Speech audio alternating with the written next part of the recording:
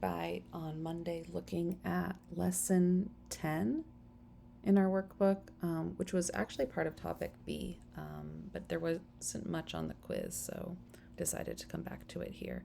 So this is comparing equations in different forms, and what we practiced here was graphing equations in slope-intercept form and then looking at equations that are in other forms. So in slope-intercept form, just as a little reminder, we're going to start at the y-intercept, which is just the 4, not the x. So we're going to start at the y-intercept. Let me see if I can zoom in a little bit, actually. There we go. So we're going to start at the y-intercept of 4, and I'm really struggling here, so I'm going to stop trying to circle that. Actually, no, I'm not. So first, make a point at your y-intercept, which is 4. I can't find my Apple Pencil, so I'm using a mouse, which is why this looks crazy. From there, we're going to use the slope, which is -1/2, to go up or down 1 and then over 2. So I'm going to choose to go up 1 and over 2. Now when I make this point, I'm thinking to myself, okay, if I make this line, is it actually going to show a negative slope? And here it would. I could have also gone down 1 over 2 to do the same thing.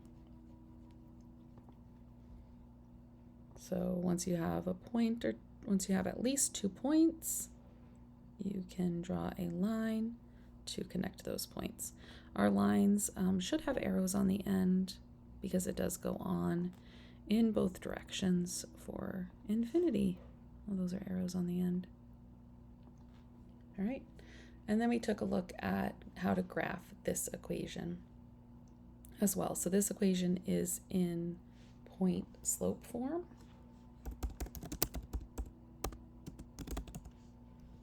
And of course we said this one was in slope intercept form. So the two different forms and how to graph them. So this one, you would want to start by making a point on this point that's on the line. Point slope form is already written as y minus y. I can't make a little 1 here, so I'm just going to use a space for now. Equals mx minus x1. So when we already have those subtraction signs written into the equation, they're actually positive numbers. So here we have 2 subtraction signs. So I know this point, this is the x coordinate, this is the y. I know this is a positive 2, oh goodness, 3. Not super easy on the mouse. So I'm going to start by making a point there. And then again, I'm going to use my slope, which is -1/2. -1/2 to go up or down 1 and over 2.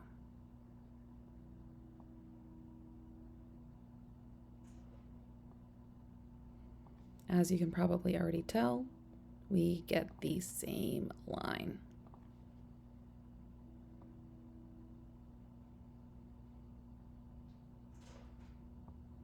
Okay, we get the same line. But what we really practiced in this lesson was actually converting these forms algebraically. So here on workbook page 152, and you really need this for the rest of the topic, learning how to write these equations in slope-intercept form, keeping in mind that slope-intercept form is y equals mx plus b. So we're solving in order to get y alone. So essentially we went through the steps of solving an equation until we got y alone.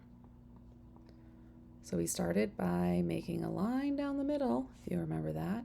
Again, we want to move everything from the side of the equation, or the side of the equal sign that has the y. So in this one, there's only one step. I need to remove this -3 or -3 by doing the opposite, which is adding. Actually, let me erase that. And I just forgot this equation had some parentheses. So let's deal with the parentheses first. So we're going to multiply everything inside of the parentheses by -1/2. So -1/2 times x is -1/2 x, and -1 times -2 is 1, +1.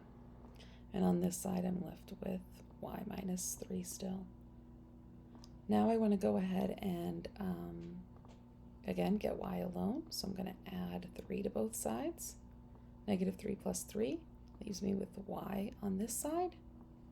And when I add 3 to this side, I can only add it to the 1. I can't add it to the 1/2 x. So I get -1/2 x plus 4. The same equation that we graphed up above.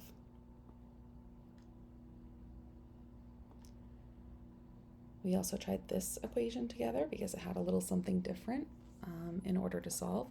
Same thing though, we want to start with a line down the middle. Oops, our goal is to get y alone. And we always, if there's no parentheses, the next thing that we want to do is we want to take a look and see what is being added or subtracted to the y. In this case, we have an x, a positive x, that's being added or subtracted to or from the y. So since it's a positive x, I'm going to subtract x in order to remove it from this side. I'll be left with 2y on this side of the equal sign. Whatever I do to one side of the equation, I have to do to the other. So I'm also going to subtract x over here. I can't take x away from 8, so I just end up writing them next to each other. Now again, we want to get y alone. So since this is 2 times y, I need to divide both sides by 2. 2y divided by 2 just leaves us with y. And over here, every single thing needs to be divided by 2. So 8 divided by 2 is 4. And then don't forget there is an invisible 1 here. So I can just rewrite this as -1/2 x. If I were to reorder things so that I actually do have it in slope-intercept form, I would write y equals -1/2 x plus 4, since it is a positive 4. And I get the same equation.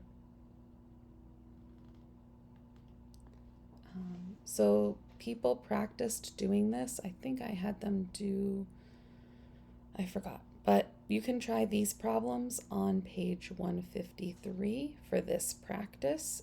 You are going to be getting a lot of other practice with this through the other pages that we are doing.